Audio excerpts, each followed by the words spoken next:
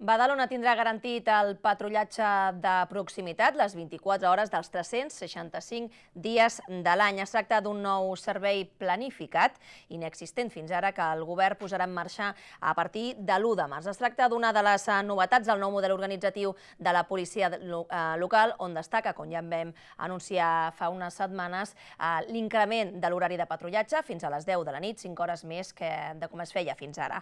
Amb la nova distribució horària es vol cobrir aquelles hores del dia on estadísticament es cometeixen més delictes.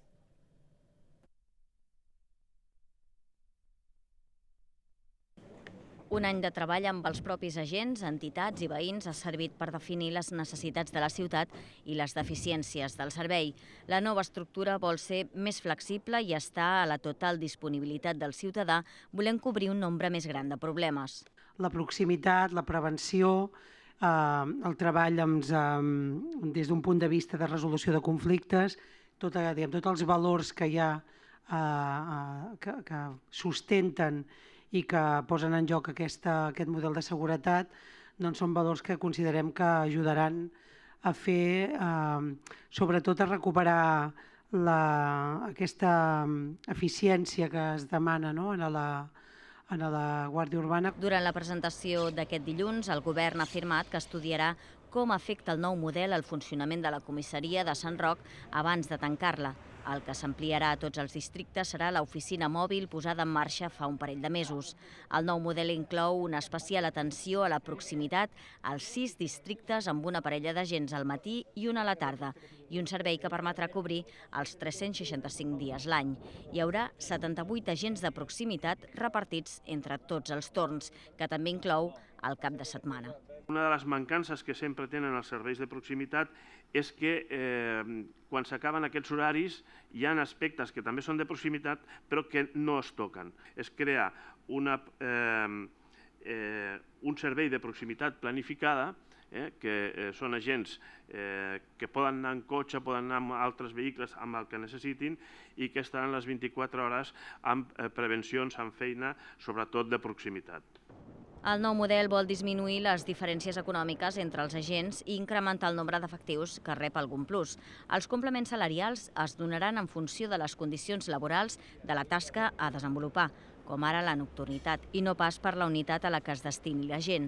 Amb el nou sistema salarial hi ha 45 agents més en plus, un total de 226 dels 270 amb què compta la plantilla de la policia local de la ciutat.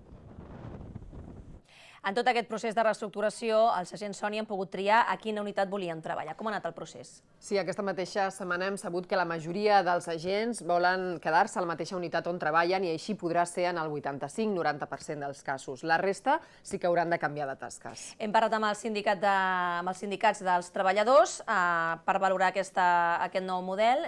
Què n'opinen? Els dos sindicats amb més representació creuen que s'ha trigat molt a decidir quin serà el nou model.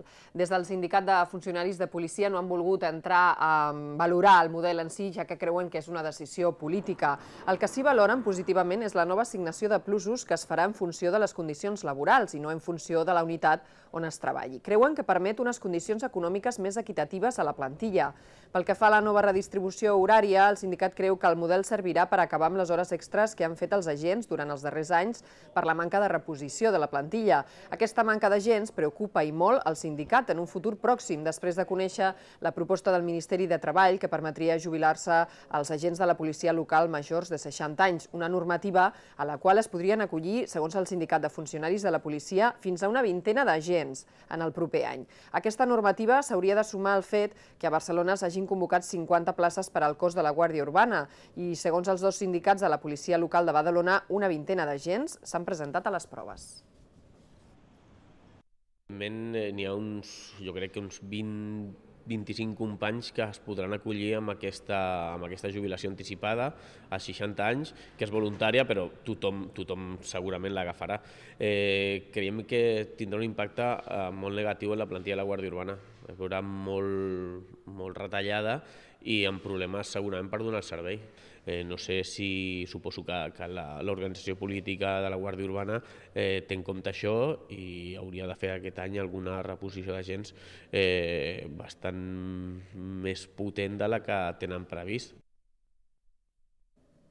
Des de l'altre sindicat, la plataforma sindical unitària, sostenen que el nou model no aporta res de nou. Diuen que ja es va aplicar als anys 90 a Badalona i que amb la reestructuració de la Guàrdia Urbana i els nous plusos s'ha anat literalment a salvar els mobles. El seu secretari general, Pedro López, defensa que serà la ciutadania qui decidirà si realment és o no funcional.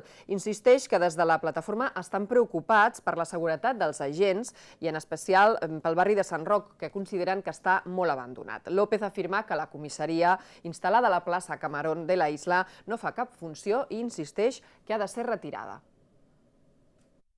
Nuestra retribución, nuestra salud y nuestra seguridad, y nos damos cuenta que San Roque cada día está mucho más abandonado y el policía se dedica a vigilar un barracón, y cuando hay un incidente fuera, pues como está solo, pues tiene que llamar como lo haría cualquier vecino puede llamar a la policía. Quiere decir que nosotros, esos compañeros ya no deben estar ahí, y ese barracón cada día está más abandonado y mucho más deteriorado.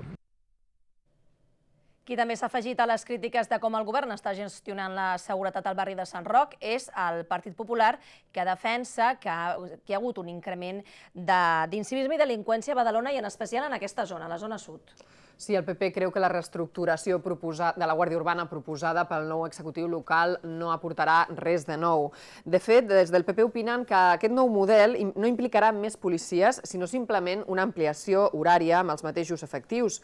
Consideren que quan el govern va eliminar la unitat Omega, segons diuen, per una venjança política, es va perdre presència policial a peu de carrer i per això ara exigeixen que s'augmentin els efectius policials a la via pública. El grup municipal del PP també demana un augment dels agents que hi ha a la comissaria de Sant Roc.